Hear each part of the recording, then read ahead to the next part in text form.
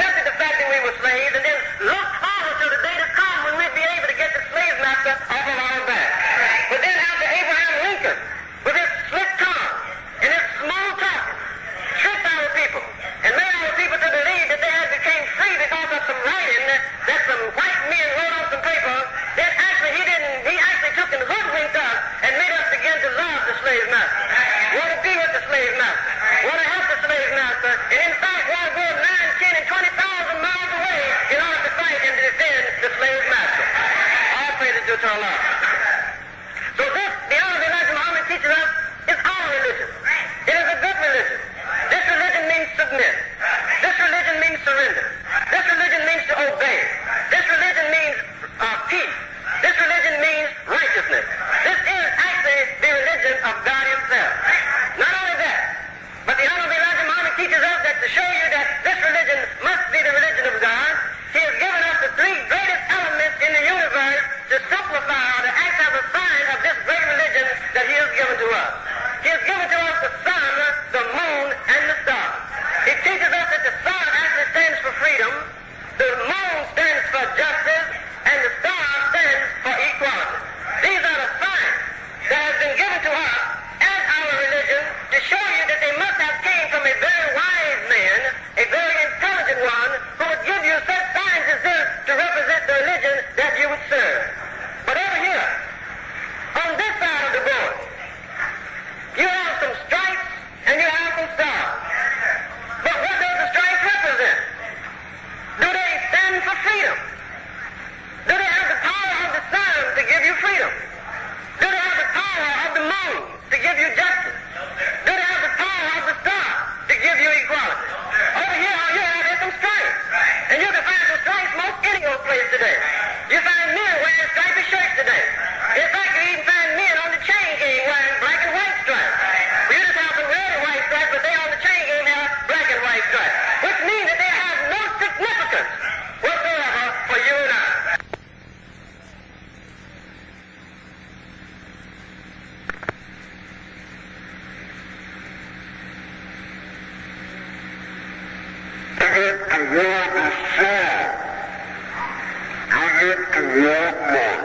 You look toward light. When you look toward sun, you look for that which causes man in order to live. It grows, it makes his food grow. It gives him light, and it gives him heat. When you look at the moon over here, you're looking at that which represents justice, equality. Because the Honorable Elijah Muhammad teaches us that in the absence of the sun, the moon actually acts as an equalizer to keep the water which is greater than the earth from overflowing the earth. Therefore, he teaches us that this is acting as a part of equality. Now, the star is the star of justice. And you even find the sheriff and the cowboy and the police officers wearing the 5-pointed star because they are supposed to represent the star of justice. This is a good sign. But you can't say that this is a good sign over here because everything that you have seen under the sign has been slavery, suffering, and death of black man and black womankind. Never have you seen this sign and seen black men have freedom. Never have you seen this sign and seen black men have justice. Never have you seen this sign and seen black men have equality. Which will let you know that there must be something wrong with this sign and something wrong with the way of life that that people represent.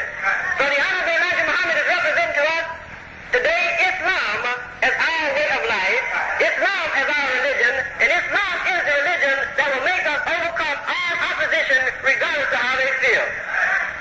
This evening, brothers and sisters, we have in our presence Brother Minister Lewis, who is a well-qualified minister of the Honorable Elijah Muhammad.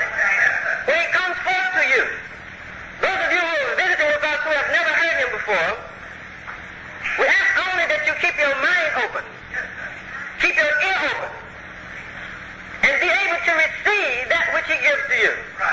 Now, we don't say that you have to accept it. We don't say that you have to agree with it.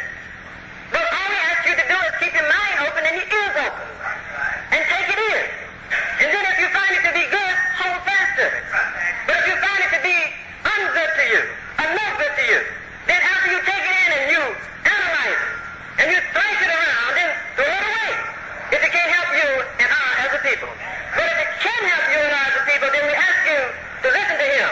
And then do that which he'll tell you that the Honorable Elijah Muhammad has instructed us to do. So at this time, without further delay of the time, we'll bring forth to you the speaker of the evening, in the person of the Brother Minister Lewis, as I greet you in the name of Allah, in the name of his last and greatest messenger, the most Honorable Elijah Muhammad.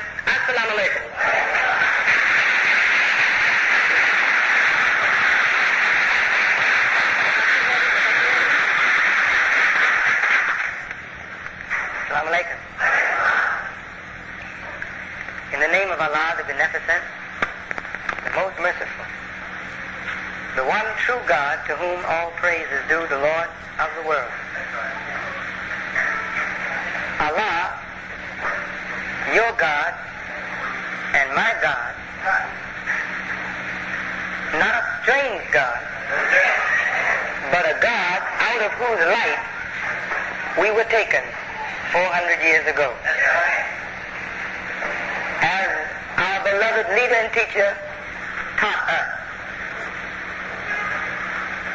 that we have been deprived of the light of our God, the true God of heaven and earth, for the last 400 years that we have sojourned in the Western Hemisphere. And it was written and spoken by the prophets of old that after we had suffered and gone into bondage for 400 years, that Almighty God himself would come after us and find us and return us to our home. Raise up a leader for a leaderless people. Raise up a teacher for a people who actually need to be taught today. Raise up a guide for a people who have lost the way to unity. A people who have lost the way to peace. A people who have lost the way to brotherhood. A people who have lost the way to success. A people who have lost the way to themselves. God would give them a guide to guide them into the light of truth, peace, brotherhood, prosperity, and success. We thank Almighty God, Allah, for his coming. And our love is for him. Our praise is for him. Our thanks is to him and for his coming, and giving us the greatest gift that could ever be given to any people, a messenger from himself. The best gift that God could give any man is a messenger from himself. Everything in the universe is dependent on the sun. The sun is not itself independent. Because if you study the sun closely, as Elijah Muhammad has taught us, the sun itself has movement. It just doesn't stay there. It turns too. Once every 25 days, it turns right over. But the sun keeps refueling itself. There's nothing outside of it refueling it. It keeps burning, refueling from within. That's a sign of God in the spiritual world. As the sun is to the planet, God is to the world.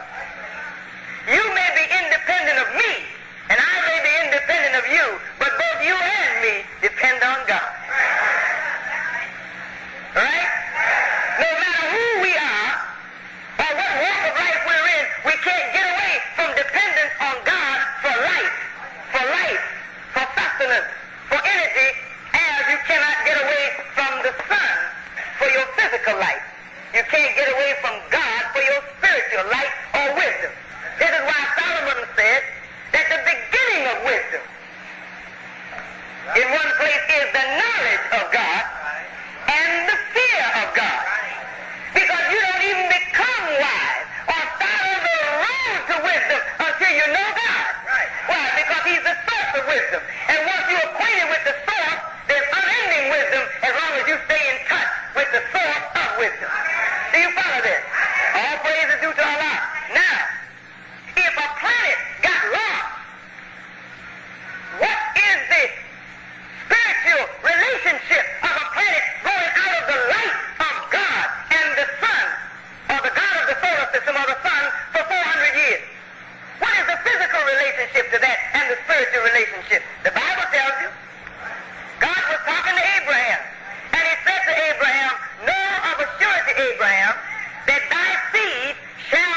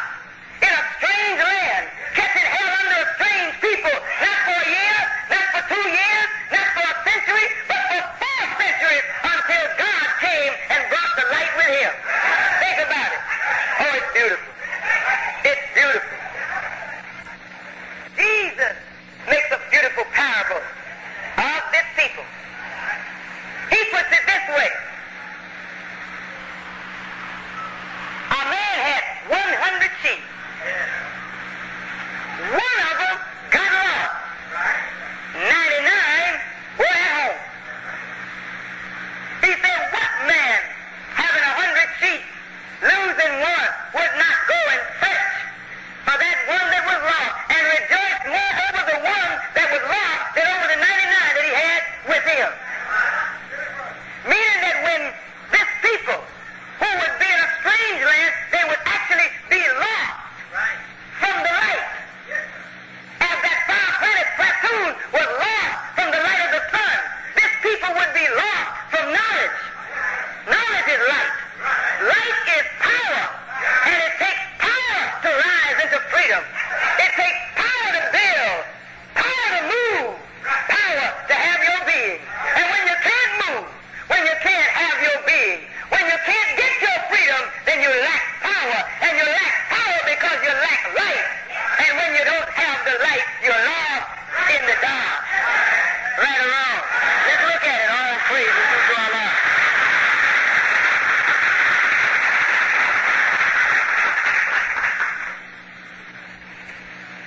When a thing is lost, it must be guided back to the way that it has lost.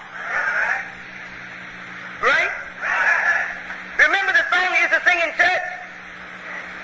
Amazing grace, how sweet the sound to save a wretch like me.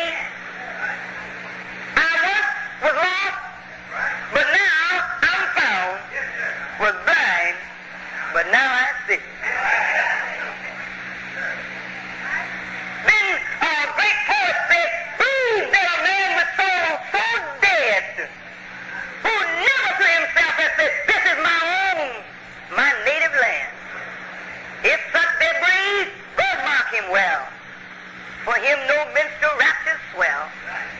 High though his title, proud his claim, boundless his wealth as wish may claim. The wretch, the wretch, the wretch, doubly dying shall go down to the vile dust, from whence he sprung unwept, unhonored, and unsung. Amen.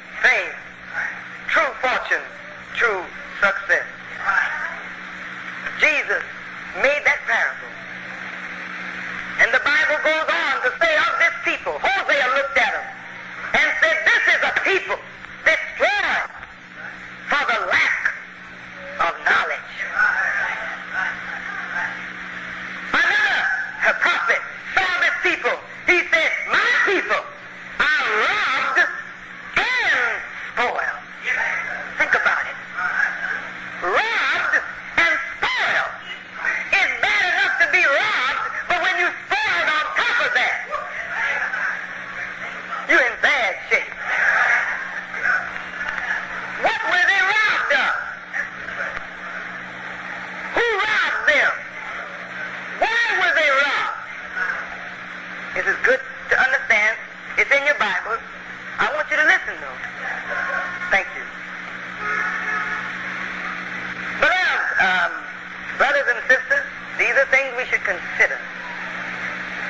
Another picture of this people is a parable that Jesus gave of Lazarus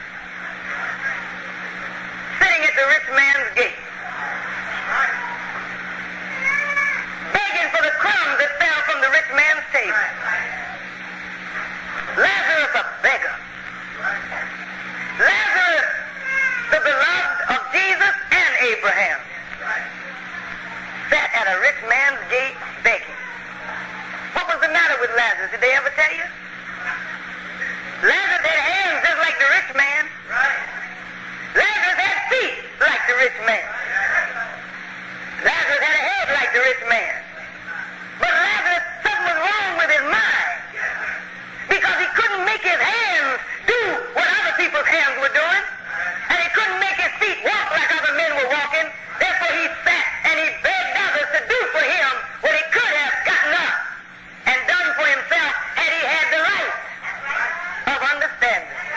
And the Bible says he was dead 4 days. 4 days. And had begun to stink. Think of it now.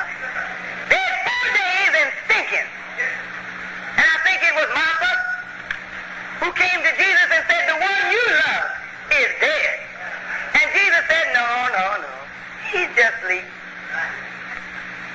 He's in tough shape, but I know how to get him out of there.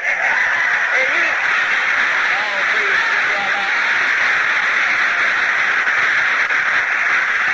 they said, where is he? They took Jesus to where Lazarus was, and Jesus looked at Lazarus. He said, yeah, Lazarus is dead. He said, come forth, Lazarus. And Lazarus came forth. But when Lazarus came forth, his hands were bound. His feet were bound. And he had a napkin over his eyes.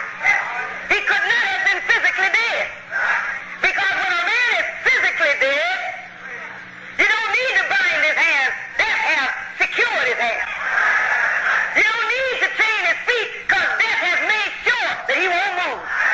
And you don't need to put a napkin over his eyes, because death has blinded him forever. But this man that came forth with his hands tied, with his feet tied, with a napkin over his eyes, was a man who spiritually was destroyed. And Jesus healed him, said, come forth. And he took the napkin off his eyes, unloosed his hands. They were free to work now.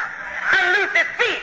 And then the next time you saw a picture of Lazarus, after 4 days of being dead, you found Lazarus in the bosom of Abraham. So he had gone back to his father. But why did he leave his father? And while he was in the bosom of Abraham, his father, the rich man that gave him hell was in hell. Hear something? Rich man in hell. Think of this. Wait a minute. This is just parables. A parable don't mean anything until you get the understanding of it. You can talk parable all day long, and people leave it and say, what did he talk about? He talked about Lazarus. He talked about Moses. He talked about Jesus. And then when you get out, you're just as dumb as when you came in. No. Oh, you won't be that way today. If you listen to the teacher, and the teacher's the Uncle Elijah Muhammad, he loves to teach you quickly. He loves to make you a knowledgeable people. Because once you get the knowledge in your head, nobody will make a fool of you again. Nobody. Now, a separation came about. When Jesus came on the scene and began working on Lazarus, Lazarus didn't go back to the rich man. Lazarus went into the bosom of Abraham, his father. And the Bible teaches that there was a gap between the two of them that could not be bridged, because the rich man was in hell. Now listen, this is beautiful. The rich man started talking to Lazarus. He said, Lazarus, come drop a little cool water on my parching tongue. The rich man knew what he had done for Lazarus. Lazarus must have worshipped the rich man, because he stayed by his gate all the time. But Abraham knew Lazarus was a fool. So Abraham wouldn't let Lazarus do the talking. Abraham began talking for Lazarus. He said, wait a minute, rich man. He said, when he was at your gate, you didn't do nothing for him. Poor Lazarus big heart, you know. He feels so sorry for the rich man. I can see Abraham tell him, shut up, fool. Quiet, you know. Don't talk. Let me talk for you. You don't know what to say, lad. You've been dead 4 days. And a whole lot been happening while you've been dead. I've been alive, you see. So you just be cool. I'll talk for you. So he went to the rich man and said, look here, rich man. You didn't treat Lazarus right. You had him 4 days at the gate. You could have fed him. You could have at least let him in the gate. But when he got to making noise outside the gate, you set the dogs on him. So the rich man knew he couldn't get by Abraham. So he said, well, Abraham, would you kindly just send him to my brother? Maybe my brother will do better. And Abraham said, oh, no. He said, you and your brother had the prophet. And you wouldn't listen to them. So I know you won't listen to one raised from the dead. That's beautiful scripture. Now let's get into it. We see that a people who belong to God, way back then, the time of Abraham, were going to bondage for 400 years. That answers the 4 days. And in this 400 years that they would be in bondage, it would actually be a form of death. Because they would be in a strange country, and they would be cut off from going to their home. They wouldn't even know their home. They would have been robbed thoroughly, blind, deaf, and dumb of the knowledge of their own. Right? So God would have to do for them what he did for the Israelites, who were also in bondage for 400 years under a wicked king named Pharaoh. Remember the subject, a man like Moses. You couldn't have a man like Moses except you had a people like Moses' people. And if Moses' people were slaves, you couldn't have a slave except you had a slave master. So you have to have all these properties in order to say a man like unto Moses. If a man say, I'm Moses, then you got to look around and say, well, where's the slave? Where's Pharaoh? And then you must examine this Moses and see what he taught. Now let's go back and examine that man like Moses. Or rather, Moses himself. Then we'll find the key to the man like unto Moses. Moses is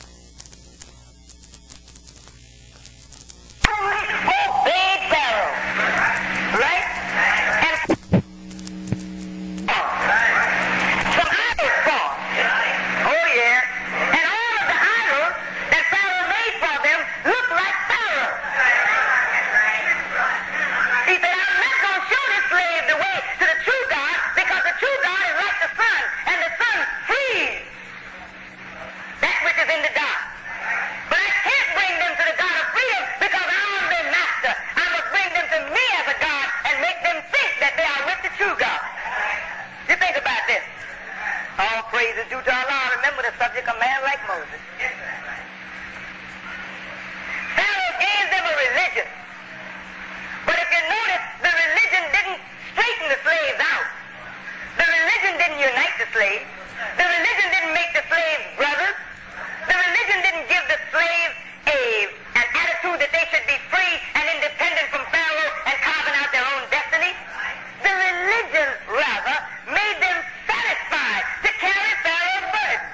The religion made them satisfied to catch hell under Pharaoh, and they would moan and tremble and groan, but they never rose up against Pharaoh because Pharaoh made them afraid of him. They feared Pharaoh as though he was a god beside God.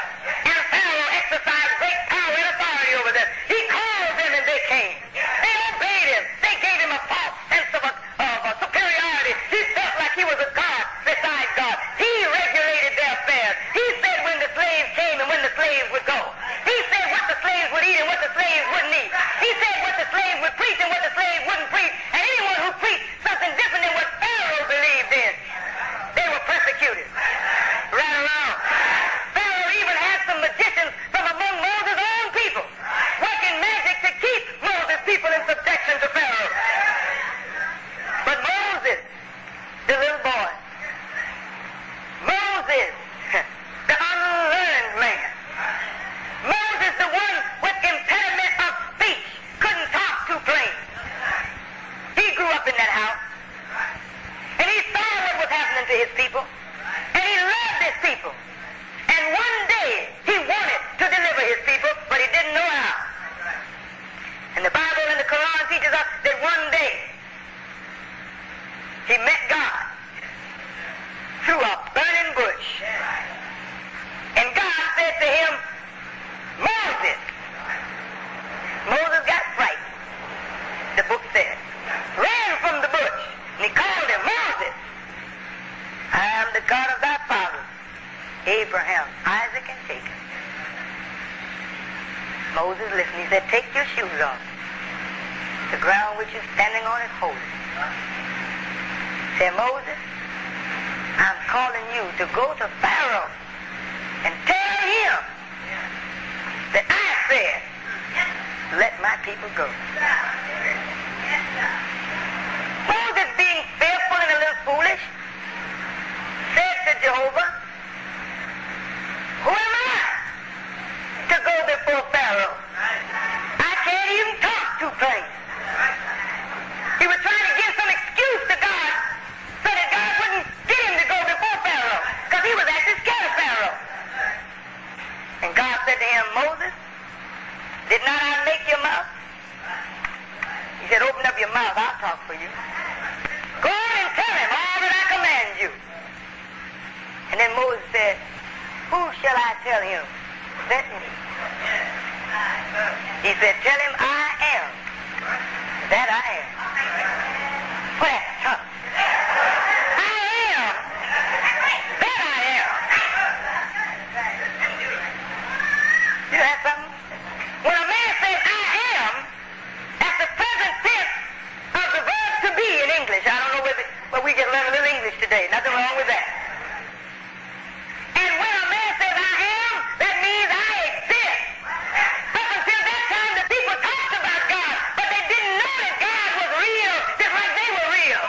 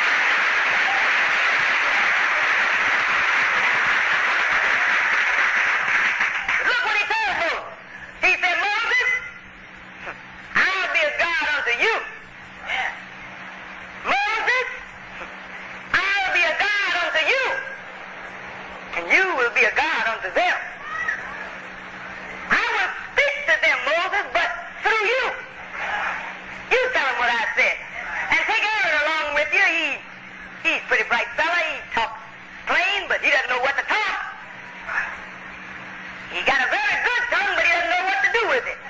You put his tongue to work. Give him words to say. Take him with you.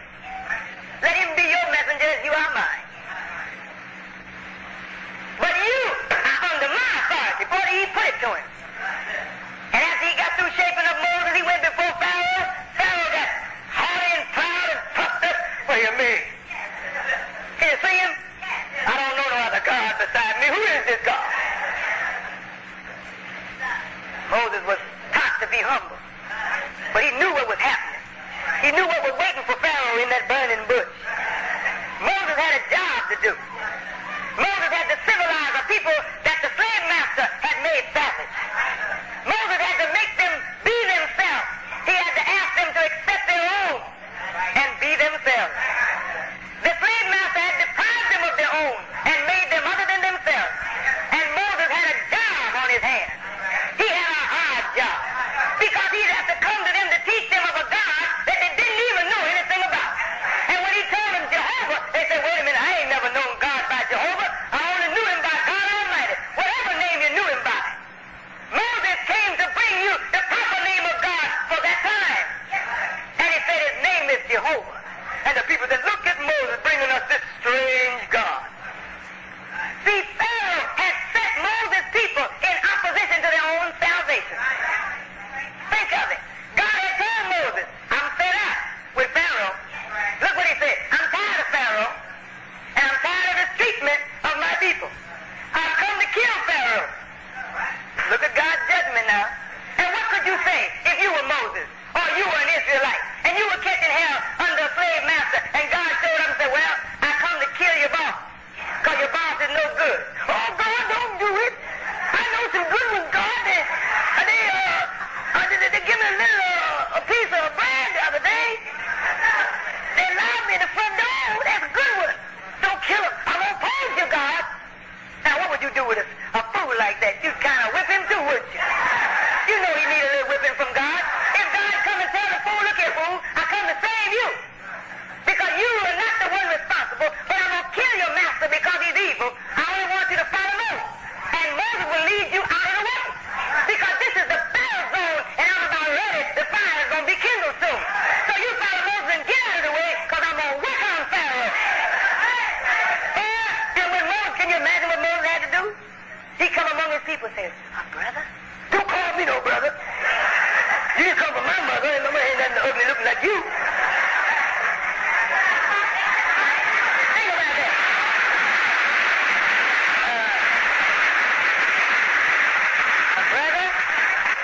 Brother, did you know that you a slave?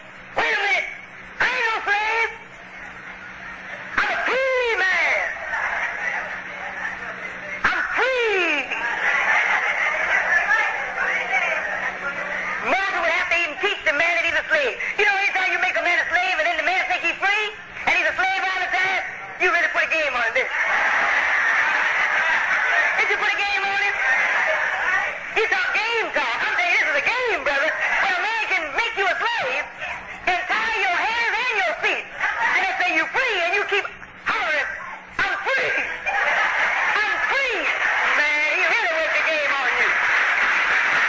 Look, Moses had to say, hold the man's eyes open and say, look, man, don't you see the change? He said, oh, yeah.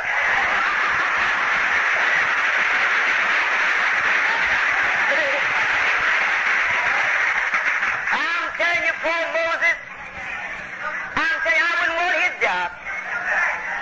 Oh, what a job he had. He comes to the people and says, your God has come after you. What God?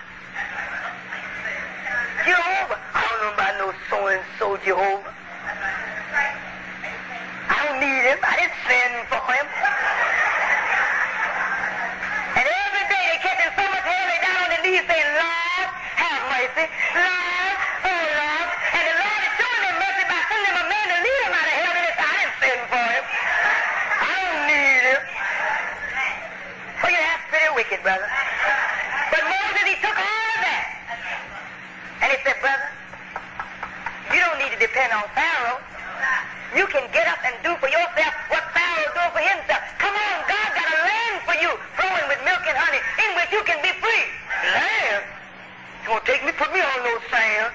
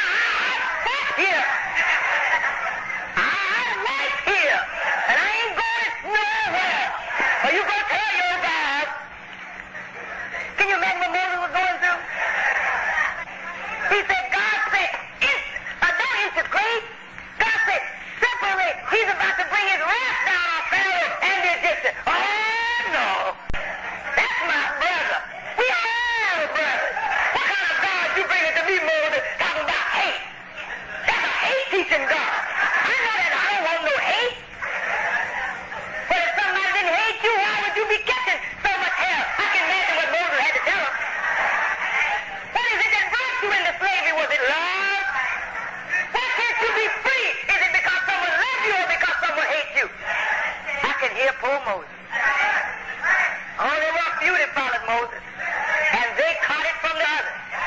That's them fools that follow Moses. When they followed Moses, Moses taught them about Jehovah.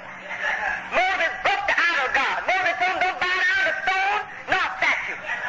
Didn't he say it? Why should you bow down to the work of your own hand? You didn't make God. So don't make an image of God and bow down to it. You understand? Because a stone can't do nothing for you. A statue can't do nothing for you. You can say all the prayers you want to a statue. Statue? I'm touching it, statue. Mama, dead Papa, cut out and left me. I'm a hungry beast. I ain't got nothing, statue. And the tears start falling from your eyes. Watch the statue. He ain't looking back at you tender saying, oh. He just is cold.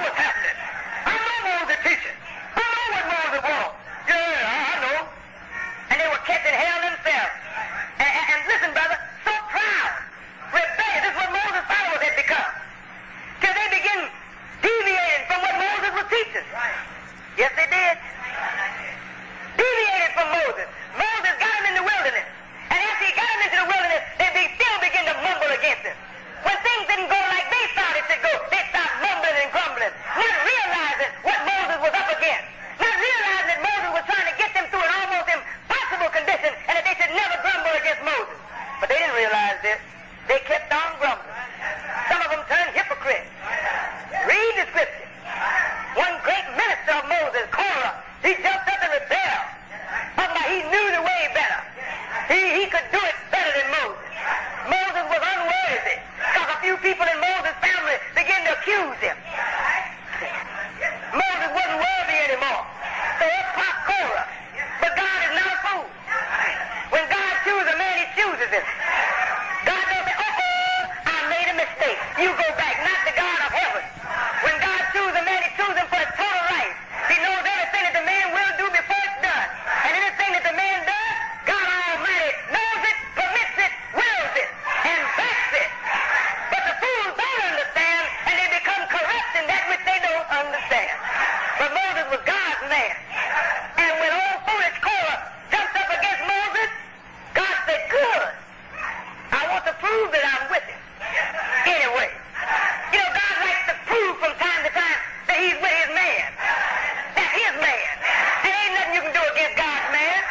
Some of you get jealous. As the people in Moses' day, they were filled with jealousy and envy. Everybody wanted to be a leader. Everybody wanted to be the big shot. Everybody wanted to say, God sent me, but you're nothing but a liar. You understand? God only sent one man at a time. One man at a time.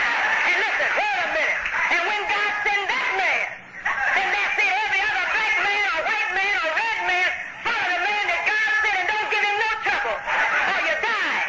Because God get angry with you then, because that's his man. It's been this way in the past, and that's the way it was in the time of Moses. Korah thought he was smart. So God shook the earth a little bit and killed him. And all those with him. Then some more of them got smart. I want to see who you're getting this from. Produce him, Moses. Think about that. That's a heck of a thing, isn't it? Here's a man brought them through Egypt, brought them into the wilderness, guiding them, nourishing them. Then they got a nerve to tell Moses, look here, Moses, I mean, we had enough of you now. You think? You're not sufficient anymore, Moses. You better bring us to the God that you've been telling us about. Take us up there right away. We want to see what it looked like. We want to hear him for ourselves. You've been telling us about it. We want to hear him for ourselves. That's in the Bible. That's in the Bible. Thank you, brother. Shoot. Moses said, come on.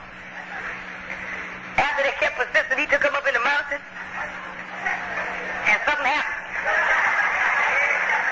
They went up in the mountain and the great explosion took place and Moses came down. And ain't nobody asked him ever since, show him where God was. No, sir. They got quiet after that. See, this is what God does for you. When you begin to disrespect his messenger, he'll make some examples for you. He'll kill up a few to let you know that that's the same thing that's going to happen to you when you turn against God's messenger. It is better for you not to ever have known the man than to know him and say you believe in him and turn your back on him. I say death is the answer. Not for me, but God may speak through me. I just may be the instrument of God's judgment. I don't know, because all of us are his creatures. And he moves man to do his will at his command. I don't know what he'll have me do, or have you do, or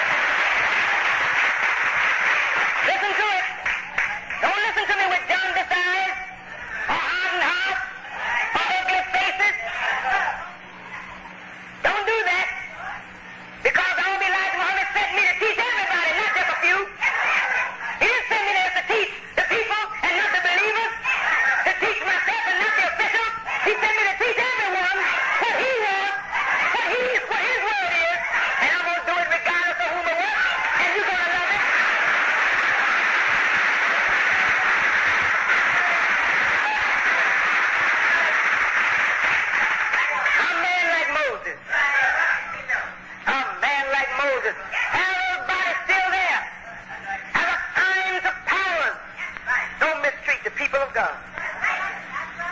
Justice must prevail. Do justice by humankind. Treat your fellow man like you would be treated. If you're given power and authority over people, don't abuse your power. Don't abuse your authority, but use your power and your authority to guide men in the way of God. Otherwise, God will seize your power and seize your authority at the appointed time and disgrace you before your fellow man. Hell was a sign for the nations of the earth, but the nations haven't learned their lesson. They think that when God sets examples before us, that God can't do it again. But he sets examples before you to show that whatever he did in the past, he's quite capable and quite powerful to do anything that he wills, anytime he wills it. All praise is due to Allah. Pharaoh learned his lesson, and Pharaoh was set down in the history in the Bible and in the Quran for government, for power to be aware of. But ever since Pharaoh and Moses' emergence, think of it, Israel, that's who Moses taught. Please listen. He gave them rules and laws for their guidance because they were wicked people. They were a savage people. They were an adulterous people. They were a thieving people. They were a covetous people. They were disrespectful people. They were quick to rise up to condemn constituted authority.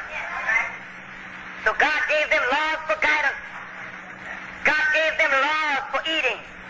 God gave them a ruling scepter through Moses, that they would rule the nations of the earth until God came. And God told them that if you rule this way, according to this law, according to this law, and according to this law, you will have peace, abundance, joy. This is what he told Israel.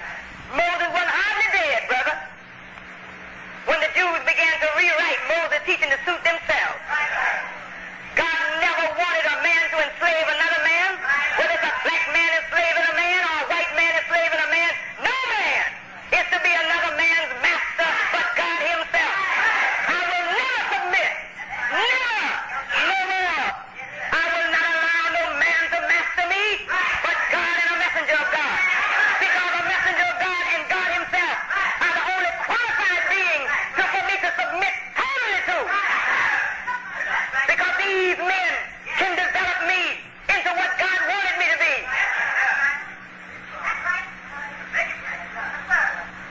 God doesn't want a slave master. God hated slavery. Oh, my beloved Muslim brothers and sisters, visitors and friends, I would that you take this in the light that it's given. Don't take it personal. No. Don't take it ugly. Take it straight, like it is given. Take the shoe and try it on. Walk in the shoe. And if it's not yours, don't worry about it. But I'm telling you, it's a job to lead a people that like the condition that Moses' people was in. And anybody that was standing up in front of Moses' people, they had a hard job. Because not only was it difficult to lead them, the people of Moses were taught by Pharaoh not to look at Pharaoh, but to look at all the other slaves. Therefore, any slave that got anything, Moses' people was looking at him. Stick him on there. As fast as a slave acquires something, see what he got? See what he got? I wonder how he got it. They all wanted to be big. So when Moses put one over them to teach them, they all wanted to rebel against that one. No matter how they said it, it was never right. If they said it soft, it was too soft. If it was loud, it was too loud. If it was harsh, it was too harsh. No matter how those people came to Moses' people, they couldn't accept them. Boy, that's a heck of a thing. Boy, I'm telling you, you think about what a hard time Moses had. Wasn't it hard? But Moses did his job. He was so determined and so dedicated. He took those Israelites. He stood them up. Put form to them. Yes, he did. He taught them good manners. He taught them how to treat one another with respect. He taught them the true science of mathematics and how to build a home for themselves. He taught them some of the forgotten technology of their father Yaakov. He gave them a ruling scepter and told them, go on out and rule. Rule, because your God made you to rule.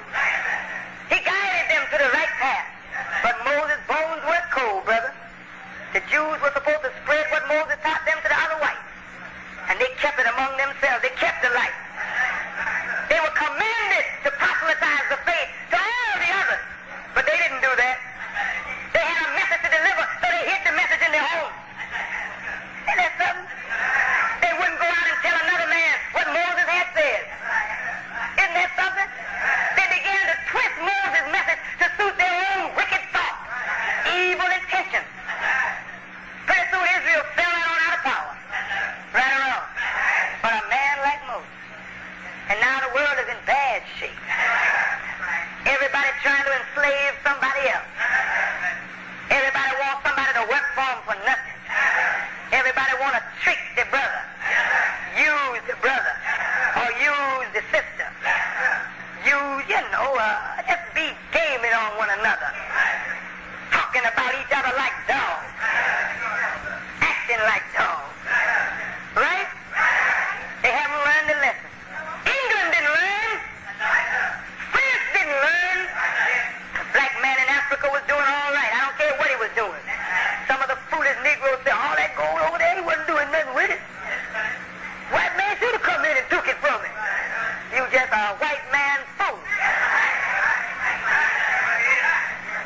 If you got money in your bank account and you're not doing nothing with it, does that give Jesse James the right to take it?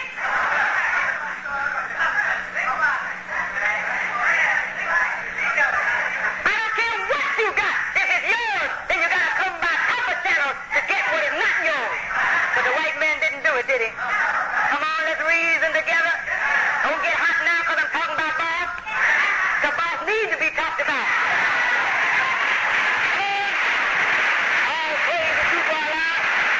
A man like Moses. Brothers and sisters, the Spanish conquerors, they were wicked beasts.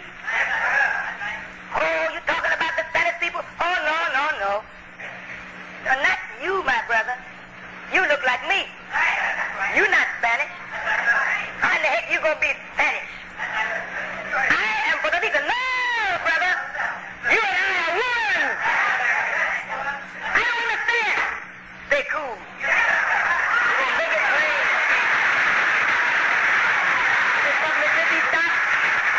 We should stop this foolish division among us.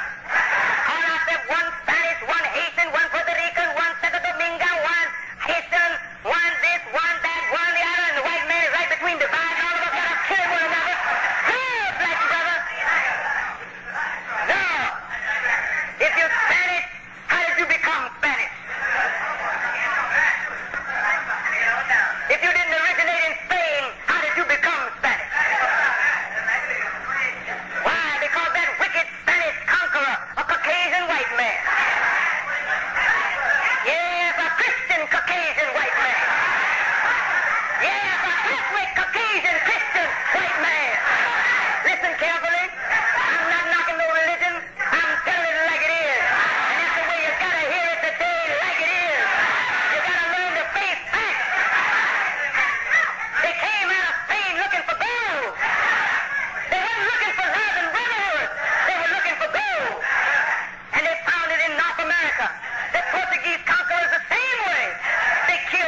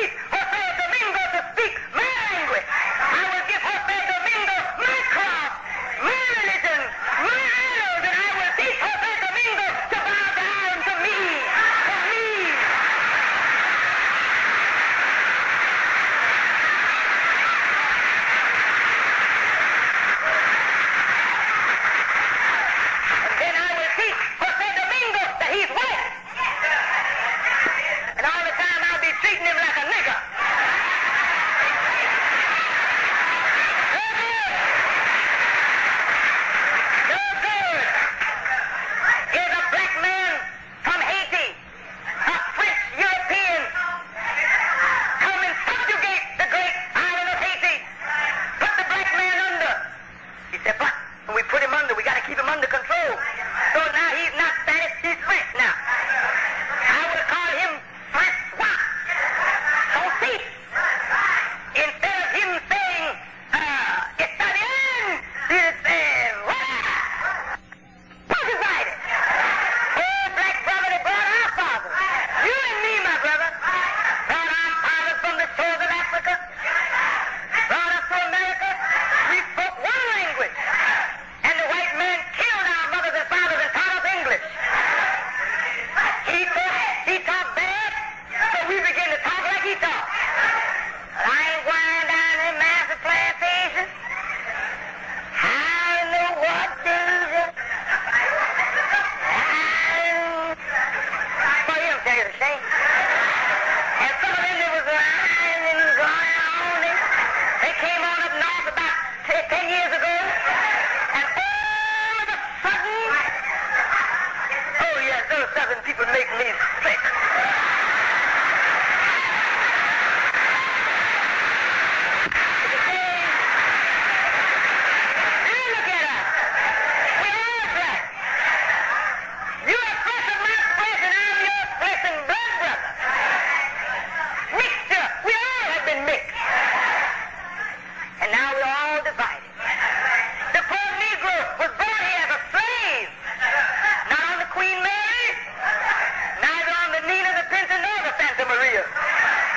Came in the holes of ships, and one of them named Jesus. And the white man killed our fathers, and he killed our mothers, and he robbed us of a natural religion. You don't need to teach the black man no religion by no book, because religion isn't here with a black man. It's right here. It's what I feel when I'm right. That's my religion. I say when I'm right. I do good when I'm right. I'm charitable when I'm right. I'm a soldier when I'm right. But good God, I'm wrong, so somebody make me right. That's the black man's religion. It's here. He knows how to treat his brother. He knows what's right. It's here. But the white man deprived us of nature. Deprived us of a natural love for one another. Yes, he did. He sold us like animals and dogs. Yes, he did. He hung us up in the sun, and he drowned us in the lake. And our bodies were found in the marshes and in the streams and in the ponds and in the rivers. Our bodies have been found in the highways and in the byways, murdered outside of the law of justice, and we resist not, nor did we open up our mouth. After 100, 400, 300 years of this kind of treatment, we didn't know where home was. Poor so-called Negro, he's English speaking, but he didn't come from England. Poor brother don't know his language. Poor brother doesn't know his own religion, his own God, his own flag, his own culture, his own country. He's lost now, wandering in America, asking everybody to be his friend, and everybody rejects him. He doesn't even know how to be a friend to himself. A man like Moses is what we need. 100 years ago, the white man allowed us into his religion. I say his religion, brother. I say it again, I say his religion. Not your religion, brother. Your religion, no man can indoctrinate you into your religion. It's the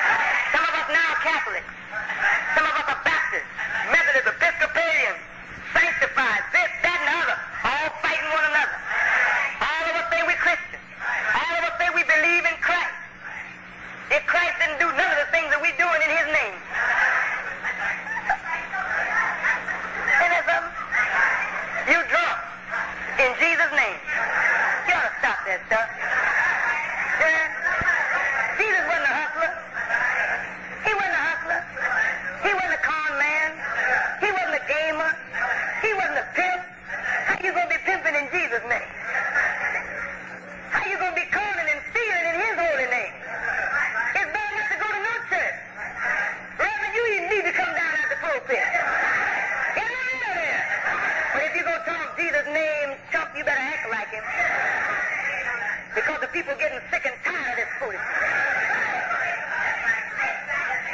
Tired of you preaching God and laying down with somebody else's wife. Tired of you preaching God and robbing the people of their money, telling them they're going to live well in the sky after they die, but you living well now. The people are tired of it. We need a man like Moses. We need somebody who's concerned. We got religion, but we niggers. Ain't that something? Got religion and you're still a nigger. Got religion and you can't get freedom. Religious child. Long cigarette. Reefer. Hog head. Men knocking at the door all time of night. I'm religious. I never have lived. Oh, thanks. Should be saved. Oh, wait a minute. But this is what the white man has done to us. He give you religion, but I'm going to tell you something about the white man. You may not like it, but it's nothing but the truth. Take it or let it alone. The white man will enforce a parking ticket, because that's his law. You park your car in the wrong place, $10 or $15 fine, and you better deliver, or he'll deliver you. Right or wrong. Please listen. He enforces all his laws, except those that you pay him not to enforce. But Almighty God, who is the sovereign of the universe, oh, nobody enforces his law. You can fornicate with whomever you want to fornicate with. That's your business. Sleep with everybody's wife you want to sleep with. That's your business. Steal from anybody you want to steal with. Don't tell me. Ain't nothing to do with that. As long as the man don't catch you, you know. God won't forgive you. He'll forgive you. That's the devil's religion. Got you sinning, and as fast as you sin, they say, come confess it. And then after you confess it, you go back and do the same thing over again, and all you got to do is confess it and keep doing it, and you straight? Man, wake up. I'm not representing to you no God that's a chump. I'm not representing no sweet God who's going to let you play with him for the rest of your life, and all you got to do is confess it to a real devil and get away with it. No, brother. I'm representing a God and a messenger of God who will kill for disobedience to him and disrespect to his messenger and disrespect to one another. I represent that kind of God, and I'm proud of that God. And the white man is scared to death of that kind of God. Listen to me carefully. White man's organized trick. He calls it religion. Oh, my beloved brother and sister, I wish you could see it for what it is. It has robbed you totally of yourself. You, black man, want to be everything but what you are. Right? That's true.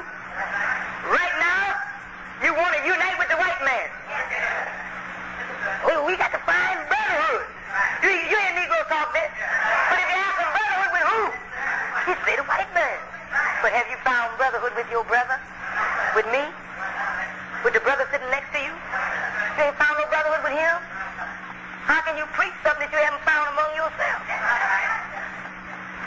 Doesn't charity begin at home? Wake up, black man. We almost finished. A man like Moses. Let's go back to the beginning now. What we said in the beginning and tie it on up. And finish it on out. They will be in bondage how long? 100 years. How long will they be afflicted? What will be their condition? Like Lazarus, laying at the feet of the rich man, they will be dead 4 days and stinking. But God said he will come and say, Lazarus, come forth. And he will heal their condition. For he would bring the light with himself. Right or wrong. And as that planet was lost, so would God's people be lost.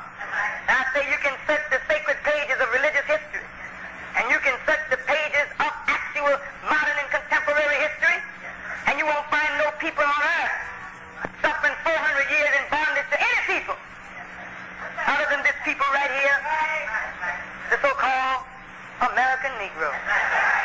Honorable Elijah Muhammad and historians bear witness with him that the first black man was brought to America in the year 1555. And now it is 1965. 410 years